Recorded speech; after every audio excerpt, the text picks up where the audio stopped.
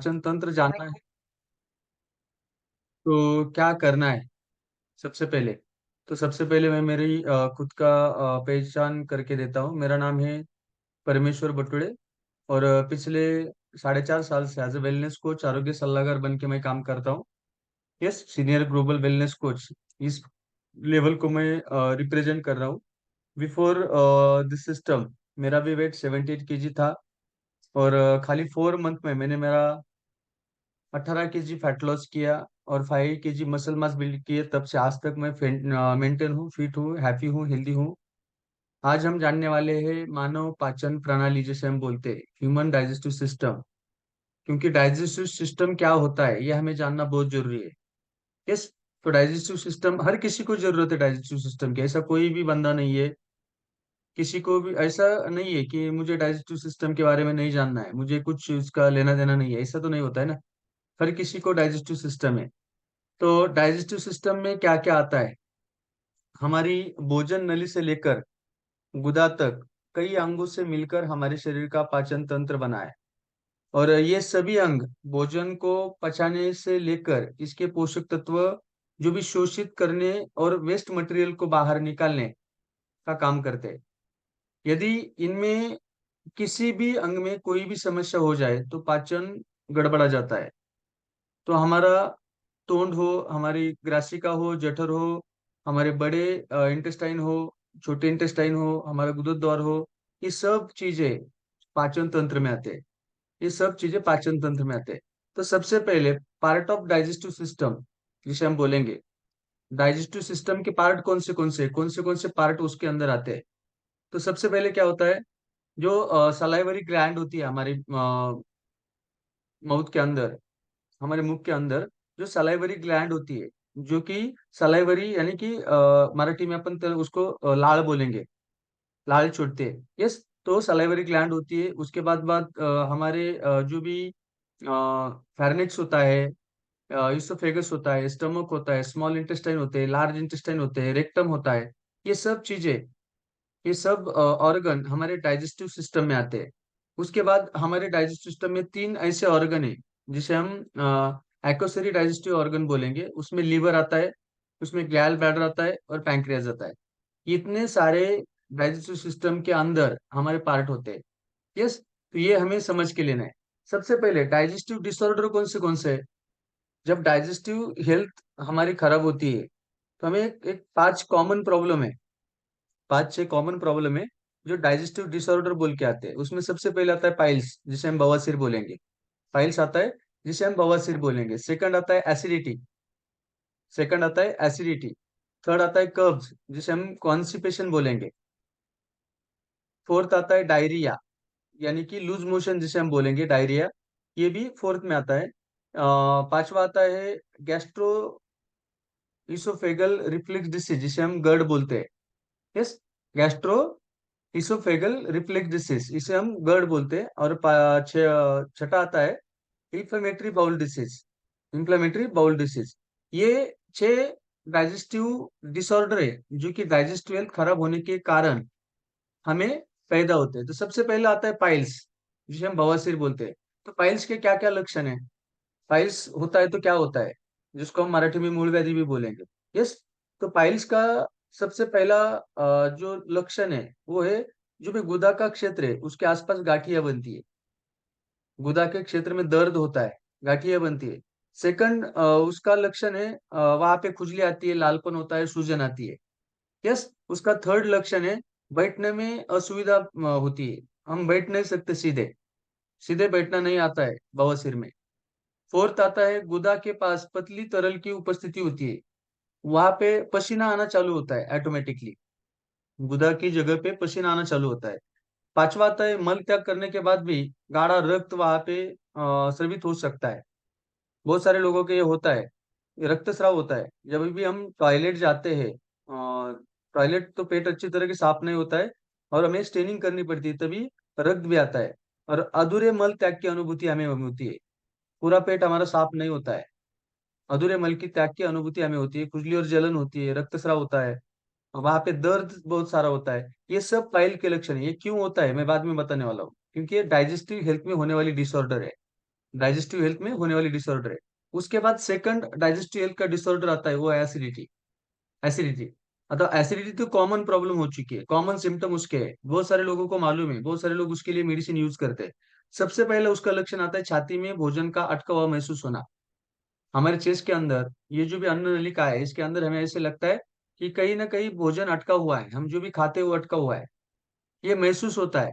उसके बाद सीने सीने में जलन होना, बहुत सारे लोगों के चेस्ट में पेन होता है, चेस्ट में जलन होती है, सीने में जलन होता है, सीने में दर्द होना, ये भी इसका एक सिम्टम है। खाने के बाद उल्टी जैसे होना, मतली जैसे होना, उसे हम बोलेंगे।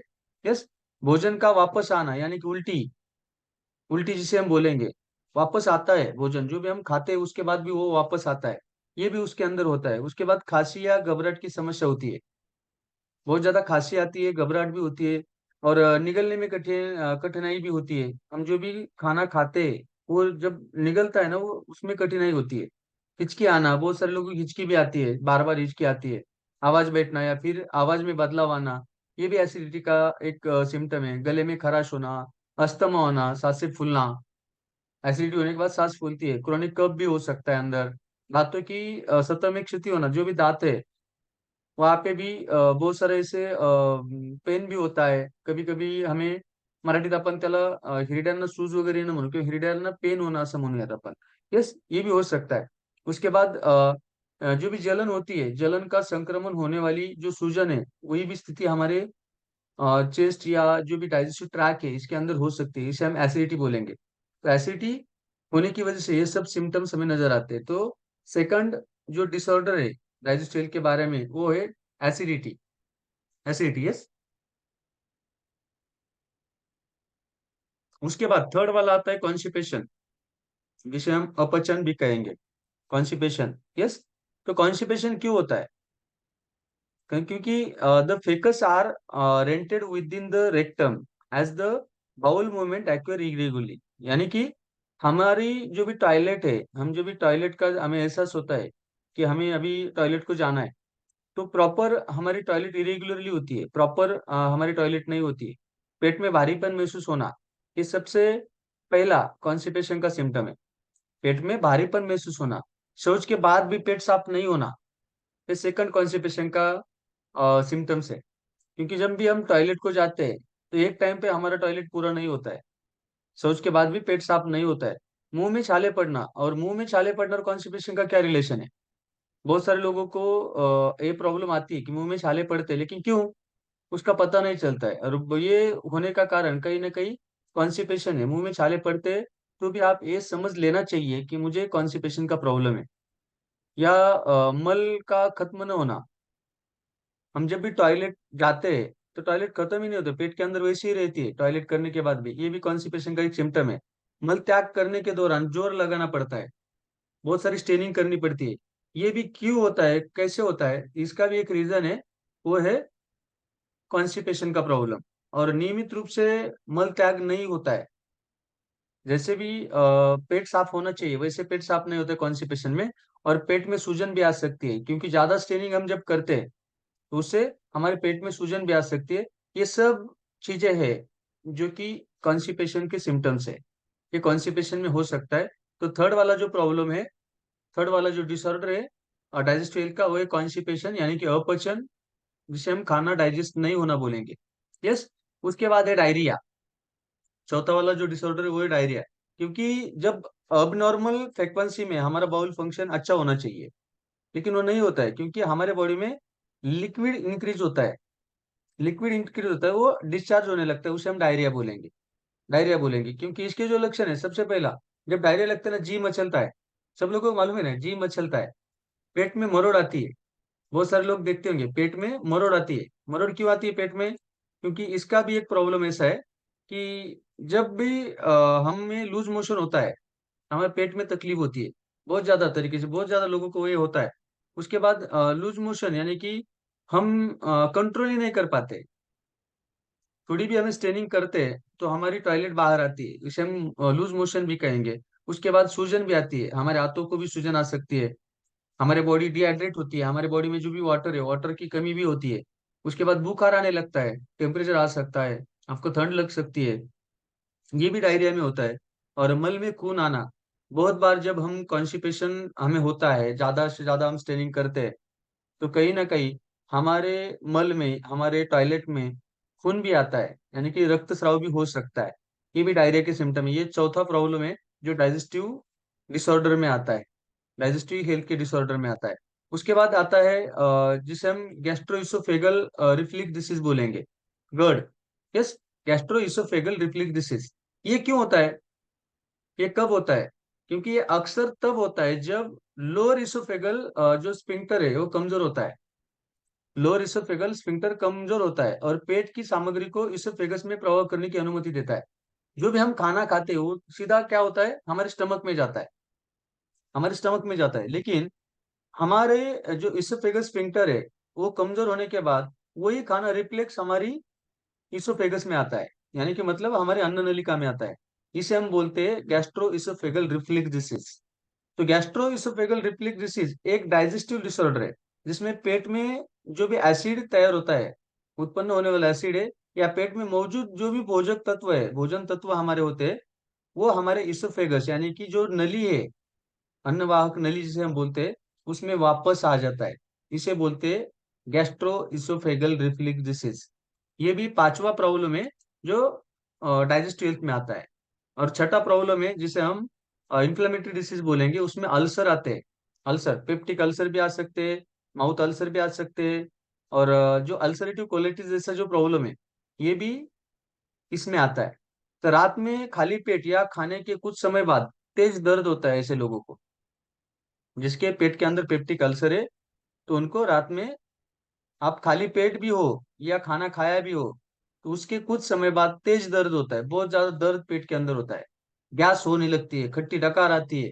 ये अल्सर के सिम्टम है, पेप्टिक अल्सर के सिम्टम है। उल्टी भी होती है, पेट के ऊपरी हिस्से में दर्द होने लगता है, ऊपर वाले हिस्से में पेट के दर्द होने लगता है, पेट का भारीपन महसूस होता है, पेट ऐसे भरा हुआ लगता है कि बहुत सारा खाना हमने खाया है, ऐसे भी लगता है उसके अंदर। भूख में कमी होती है, भूख ज्यादा नहीं लगती, भूख कमी होती है, वजन घटने से चालू होता है। जो भी हमारा हेल्दी वेट चाहिए हमें, वो हेल्दी वेट नहीं रहता है, वजन घटता है। सुबह सुबह हल्की मितली भी हो सकती है। और बहुत सारे लोगों को पेप्टिक अल्सर वाले जो भी लोग हैं, उनके बॉडी के अंदर, उनके स्टमक के अंदर खून भी आंतरिक रक्तस्राव जिसे हम बोलेंगे, ये भी हो सकता है।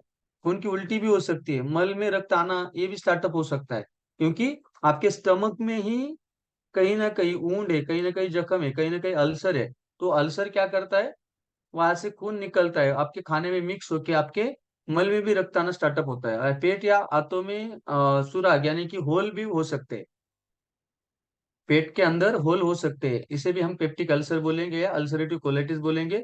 और इससे आगे चल के इस डाइजेस्टिव जो डिसऑर्डर है, जिसे हम अल्सर बोलते हैं, पेप्टिक अल्सर बोलते हैं, आगे चल के कैंसर में भी रूपांतरित हो सकता है, इससे कैंसर भी हो सकता है। तो ये सब चीजें हैं जो आपको डाइजेस्टिव हेल्थ के रिगार्डिंग होने वाली चीजें। तो ये सब क्यों होता है, इसके रीजंस क्या क्या है, अभी मैं आपको ये बता रहा हूँ इसके रीजन क्या है। सबसे पहले, सबसे पहला रीजन है eating a diet low in fibre. आपके खाने में फाइबर की मात्रा बहुत कम है, आप फाइबर प्रॉपर नहीं खाते हो, सबसे पहला कारण, सबसे पहला रीजन। आप जो भी खाना खाते हो ना, इसके अंदर फाइबर नहीं है, तंतुमय पदार्थ नहीं है।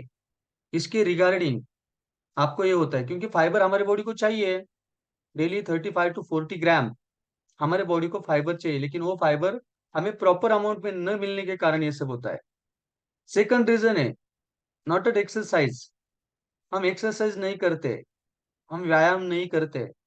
हमें व्यायाम करना चाहिए, उसमें आप योगा कर सकते हो, प्राणायाम कर सकते हो, जुम्बा कर सकते हो, एरोबिक कर सकते हो, कार्डियो कर सकते हो, कुछ भी करो, साइकिलिंग करो, स्विमिंग करो, कुछ भी करो, लेकिन करो। लेकिन हम नहीं करते। ये रीजन है डाइजेस्टिव हेल्थ के डिसऑर्डर आने के लिए।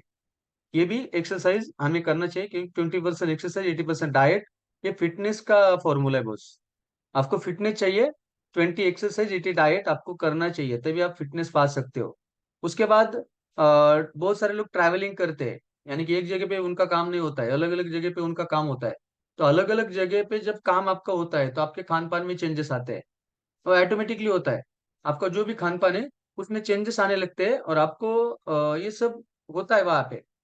कि आपको लगता है नहीं नहीं मुझे डाइजेस्टिव हेल्थ का प्रॉब्लम हो गया, लेकिन डाइजेस्टिव हेल्थ का प्रॉब्लम नहीं है एक्चुअली तो क्योंकि आपको ट्रैवलिंग और अदर चेंजेस आपकी रूटीन लाइफ में आते हैं, ये भी एक रीजन है। उसके बाद eating eating large amount of dairy product, ज्यादा से ज्यादा डेयरी प्रोडक्ट हम इंटेक करते हैं, दूध और दूध वाले जो भी प्रोडक्ट है, जैसे दूध हो या उसमें बहुत सारे प्रोडक्ट आते हैं डेयरी के, वो ज्यादा इंटेक हम करते हैं, लार्ज अमाउंट में इंटेक करते हैं, ज्यादा अमाउंट में इंटेक करते हैं, तो भी हमें डाइजेस्टिव हेल्थ के चैलेंजेस आ सकते हैं, डाइजेस्टिव हेल्थ के चैलेंजेस आ सकते हैं। उसके बाद स्ट्रेस, तान तनाव जिसे हम बोलेंगे, टेंशन, बहुत सारे लोग टेंशन लेते हैं। अभी हर एक बंदा पैसों के पीछे भाग रहा है ना, तो टेंशन सब लोगों को है, टेंशन सभी लोगों को है। तो ये टेंशन को आपको कम करना है, तो भी आप डाइजेस्टिव हेल्थ के डिसऑर्डर को स्टॉप कर सकते हो। टेंशन भी एक इसका रीजन है। उसके बाद talking antacid medicine, taking antacid medicine, हम जो भी मेडिसिन इंटेक करते हैं, बहुत सारे लोग हॉस्पिटल जाते ही नहीं एसिडिटी होने के बाद। कुछ डाइजेस्टिव के प्रॉब्लम आते हैं ना, वो पाइल्स का हो, एसिडिटी का हो, या जो भी प्रॉब्लम हो, गट का प्रॉब्लम हो, लूज मोशन हो, कुछ भी हो, अल्सर हो, और खास करके माउथ में जब अल्सर आते हैं ना, तोंडात जेव्हा अल्सर येतात, उस टाइम भी बहुत सारे लोग क्या करते हैं, मेडिकल में जाते हैं, खाली ये टैबलेट दो, वो टैबलेट दो, वो टैबलेट दो, एंटासिड दो।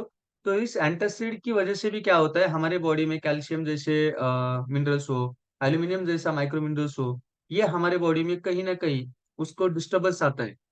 तो इसके कारण भी हमारे बॉडी में क्या होता है, डाइजेस्टिव के चैलेंजेस आ सकते हैं, डाइजेस्टिव के चैलेंजेस आ सकते हैं। बहुत सारा मेडिसिन है, टेकिंग सर्टन मेडिसिन, जैसे कि आयरन की पिल्स हो, स्ट्रॉन्ग पेन किलर हो, स्ट्रॉन्ग पेन मेडिसिन हो, उसके बाद एंटी डिप्रेशेंट वाले जो भी मेडिसिन आप ले सकते हो, स्पेशली एंटी डिप्रेशन वाले जो मेडिसिन है, आयरन की पिल्स है, बहुत सारी महिला आयरन की पिल्स लेती है, यानी कि आयरन वाली टैबलेट्स लेती है। और पेन किलर बहुत सारे लोग खाते हैं, पेन किलर वेदना शामक जिसे हम बोलेंगे, वो बहुत सारे लोग इंटेक करते हैं, उसकी वजह से भी हमारा डाइजेस्टिव हेल्थ खराब हो सकता है। हमारा डाइजेस्टिव, मेरी मम्मी का यही प्रॉब्लम था पेप्टिक अल्सर का, क्योंकि बहुत ज्यादा पेन किलर उन्होंने इंटेक किए थे, तो उनको प्रॉब्लम पेन किलर की वजह से हुआ था। तो पेन किलर आप जब भी खाते हो, क्विकली आपको रिलीफ मिलेगी, आपका पेन कम हो जाएगा, लेकिन वो प्रॉब्लम ज्यादा देर तक नहीं सॉल्व होने वाला। तो उसको सॉल्व करना है, मतलब आपको उसके जड़ में जाना चाहिए, क्योंकि ये प्रॉब्लम हुआ क्यों है, ये समझ लेना चाहिए। और आखिरी वाला रीजन है वो है प्रेगनेंसी, क्योंकि बहुत सारी महिलाएं प्रेग्नेंट होने के बाद पेट में जो भी डाइजेस्टिव हमारा सिस्टम है, उसको जो जगह चाहिए वो जगह प्रॉपर नहीं मिलती है। और हम जो रूटीन में खाना खाते हैं, वही खाना जब हम खाते हैं, तो हमारा डाइजेस्टिव हेल्थ खराब होता है। हमारा जो भी खाना हम खाते हैं वो प्रॉपर डाइजेस्ट नहीं हो पाता है, क्योंकि उसको जो जगह चाहिए रूटीन में वो जगह नहीं मिलती है। तो ये सब रीजन है जो हमारा डाइजेस्टिव हेल्थ खराब करने का काम करते हैं। तो इस रीजन के ऊपर हमें काम करना है, मतलब हमें क्या करना है, उसका जो सोल्यूशन है, वो सोल्यूशन हमें ढूंढना है। तो फॉर बेटर डाइजेस्टिव हेल्थ के लिए क्या करना चाहिए, सबसे पहले मैं आपको यही बताऊंगा, ईट अ हाई फाइबर डाइट। आपका जो खाना है ना, उसके अंदर फाइबर डाइट होना चाहिए, आपको फाइबर इंटेक करना चाहिए प्रॉपर अमाउंट में, क्योंकि be sure you are getting both soluble and insoluble fibre. हमारे बॉडी को जो सोल्यूबल और इनसोल्यूबल फाइबर चाहिए, ये दोनों भी फाइबर हमारे खाने में होनी चाहिए। हम फाइबर खा सकते हैं, सलाद से खा सकते हैं, फ्रूट से खा सकते हैं, स्प्राउट से खा सकते हैं, लेकिन उसके अंदर हमारे बॉडी को जो सोल्यूबल इनसोल्यूबल फाइबर चाहिए, वो दोनों मिलते हैं क्या, ये सबसे बड़ा क्वेश्चन है। तो आपको बेटर डाइजेस्टिव हेल्थ चाहिए, आपको डाइजेस्टिव हेल्थ के डिसऑर्डर कम करना है, तो आपको सोल्यूबल और इनसोल्यूबल फाइबर आपके खाने में ऐड ऑन करना पड़ेगा, तभी आप इसको सॉल्व आउट कर सकते हो। उसके बाद minimise your intake food high in fat. हम जो भी फैट वाले फूड इंटेक करते हैं, ज्यादा फैट वाले फूड खाते हैं, जैसे कि मैंने पहले भी बताया, डेयरी प्रोडक्ट आप ज्यादा इंटेक करते हो, नॉन वेज ज्यादा इंटेक करते हो, या आप जो भी तले हुए आइटम्स होते हैं, ये आप इंटेक करते हो, जो ऑयल में तले हुए होते हैं, ये आप ज्यादा इंटेक करते हो, हाई क्वालिटी में इंटेक करते हो, हाई क्वांटिटी में इंटेक करते हो, तो उससे क्या होता है, हमारे बॉडी को डाइजेस्टिव के प्रॉब्लम होती है। तो हमें क्या करना है, उसको मिनिमाइज करना है, कम से कम उसको लेना है, जितना हमारा बॉडी डाइजेस्ट कर सकता है उतना ही लेना है, ज्यादा नहीं खाना है। हम ज्यादा इसको नहीं खाते, तो भी हम हमारा डाइजेस्टिव हेल्थ का प्रॉब्लम सॉल्व आउट कर सकते हैं, डाइजेस्टिव हेल्थ का प्रॉब्लम सॉल्व आउट कर सकते हैं। उसके बाद सिलेक्ट लीन मीट्स। हम जो भी नॉन वेज में मीट्स इंटेक करते हैं, मटन इंटेक करते हैं, उसको भी थोड़ा मांस इंटेक करते हैं, उसको भी थोड़ा हमें ऐसा सिलेक्ट करना है मांस की जो हमारी बॉडी इजीली डाइजेस्ट कर सके, ऐसा मांस हमें इंटेक करना है। क्योंकि बहुत बार मैंने जो पढ़ा है उसमें मैंने ऐसा देखा है कि जो भी हम वेजिटेरियन फूड इंटेक करते हैं वो खाली हमारी बॉडी 4 घंटे में डाइजेस्ट कर सकती है, 4 घंटे में डाइजेस्ट कर सकती है। लेकिन जो भी हम नॉन वेज फूड इंटेक करते हैं उसको कम से कम 7 से 8 घंटे लगते हैं, 7 से 8 घंटे लगते हैं, जो कि हमारी बॉडी प्रॉपर डाइजेस्ट नहीं करती है, प्रॉपर डाइजेस्ट नहीं होता है। तो उसके लिए हमें क्या करना है, सिलेक्ट करना है। जो भी हम मांस खाते हैं या नॉन वेज खाते हैं उसको सिलेक्ट करके नॉन वेज खाना है जो इजीली डाइजेस्ट हो सकता है। यस। उसके बाद हमारे खाने में हमें प्रोबायोटिक ऐड ऑन करना है। Add probiotic to your diet, add probiotics to your diet. Probiotics क्यों लगते हैं? क्योंकि हमारे बॉडी के अंदर 85% गुड बैक्टीरियाज होते हैं, मालूम है सब लोगों को। 85% गुड बैक्टीरियाज होते हैं और 15% बैड बैक्टीरियाज होते हैं। तो हमारे जब बॉडी के अंदर बैड बैक्टीरिया का काउंट बढ़ता है 15% से 16, 17, 18, 19, 20, 21, ऐसे जब उसका काउंट बढ़ता है परसेंट में, तो हमारा डाइजेस्टिव हेल्थ खराब होने लगता है। तो हमारे डाइजेस्टिव हेल्थ के लिए हमारे बॉडी को जो भी चाहिए ऐसे गुड बैक्टीरिया हम कहाँ से दे सकते हैं, तो प्रोबायोटिक्स से दे सकते हैं। उसके लिए हमारे बॉडी को प्रोबायोटिक्स चाहिए, एंड प्रोबायोटिक्स हम प्रॉपर देते हैं तो हमारी बॉडी प्रॉपर डाइजेस्टिव सिस्टम हमारा प्रॉपर काम करेगा। क्योंकि गुड बैक्टीरिया हमारे बॉडी की हर एक पार्ट की जरूरत है, हर एक ऑर्गन की जरूरत है। इसके बारे में और एक बात बताना चाहूंगा मैं आपको। हमारे बॉडी के अंदर 30 ट्रिलियन से भी ज्यादा सेल है, ऐसे बोला जाता है। 30 ट्रिलियन से भी ज्यादा सेल है। तो हर एक सेल को प्रोटेक्ट करने के लिए 10 बैक्टीरिया की जरूरत होती है। हर एक सेल को प्रोटेक्ट करने के लिए 10 बैक्टीरिया, यानी कि हमें हमारे बॉडी को डेली बेसिस पे 300 ट्रिलियन गुड बैक्टीरिया चाहिए। कहाँ से देते हम, देते हम अभी नहीं देते। तो हमारे बॉडी में हमारा डाइजेस्टिव हेल्थ के रिगार्डिंग और उसके बाद हमारी हर एक सेल को एक्टिव रखना है, उसके लिए हमें प्रोबायोटिक्स बहुत ज्यादा जरूरी होते हैं।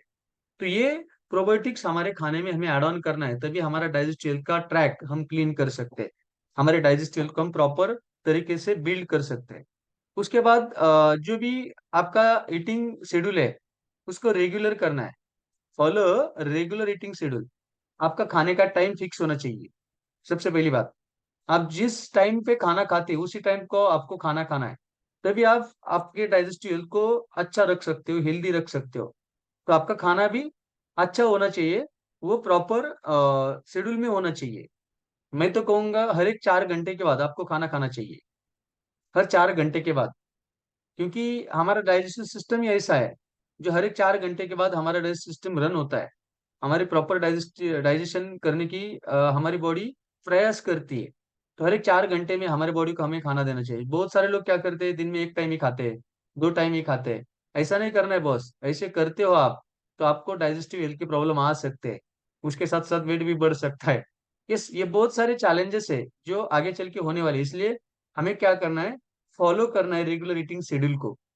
यस। उसके बाद प्रॉपर हमारे बॉडी को जो वाटर चाहिए, ड्रिंकिंग वाटर चाहिए, हमें पानी प्रॉपर पीना है, पानी हमारे बॉडी को प्रॉपर देना है, वाटर प्रॉपर देना है। मतलब क्या करना है, हमारी बॉडी को जितनी पानी की जरूरत है उतना वाटर हमारे बॉडी को हमें देना, ये भी इसका एक सोल्यूशन है, ये भी इसका एक सोल्यूशन है।